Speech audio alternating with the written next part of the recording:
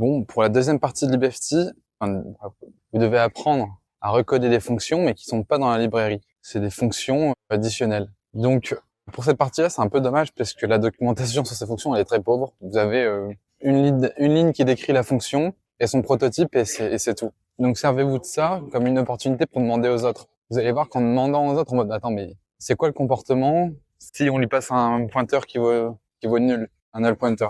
Vous allez voir que chaque personne a sa logique et du coup, en parler avec vous, ça peut vous aider à construire la fonction et à vous aider à avoir d'autres perspectives pour construire le code. Donc ça, c'est la première chose. La deuxième chose, j'en ai parlé dans la première vidéo, et là, ça va être méga important. Toutes les fonctions que vous êtes fait chier à refaire dans la première partie, eh ben c'est le moment. C'est le moment de s'en servir pour faire des fonctions additionnelles. Ça veut dire qu'à chaque fois que vous allez vous mettre à développer une fonction additionnelle, posez-vous la question, attends.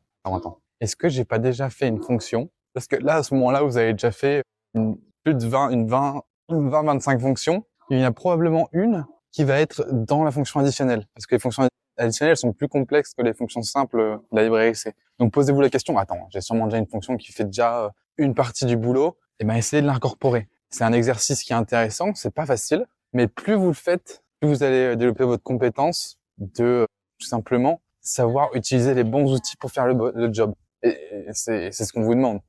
Ça sert à rien à un moment donné, c'est bien de réinventer la roue, mais on peut pas passer son temps à faire ça, sinon on fait du surplace. Donc utilisez vos outils que vous avez fait dans la première partie pour faire les fonctions additionnelles. Alors pour vous donner un exemple, je pense aux fonctions comme par exemple, il y en a une c'est substring, il y en a une c'est trim, string trim, split bien sûr. Utilisez les fonctions que vous avez déjà faites. Ça va vous faire gagner du temps, ça va vous faire gagner des lignes de code, et puis surtout ça va vous exercer à réutiliser ce que vous avez déjà fait programmer.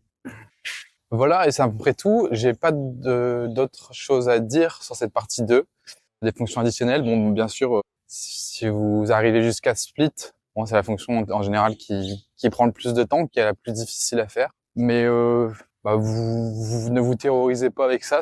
C'est juste plus complexe, mais il y a la seule notion nouvelle qu'il y a, c'est celle de free. En fait, quand t'as de la mémoire pour chaque sous-chaîne de caractères, si ça fail, en gros, tu dois bien nettoyer ton tableau. Enfin bref, ça peut paraître abstrait, mais c'est pas tant difficile que ça. Demandez aux gens comment ils ont fait. Si vous restez bloqué, essayez une V1 comme je vous ai dit, et puis demandez. Et puis voilà quoi, c'est tout. Hein, ça va le faire. Hein. Y a pas de raison. Donc voilà, c'est tout pour cette partie sur le premier projet de 42 du cursus.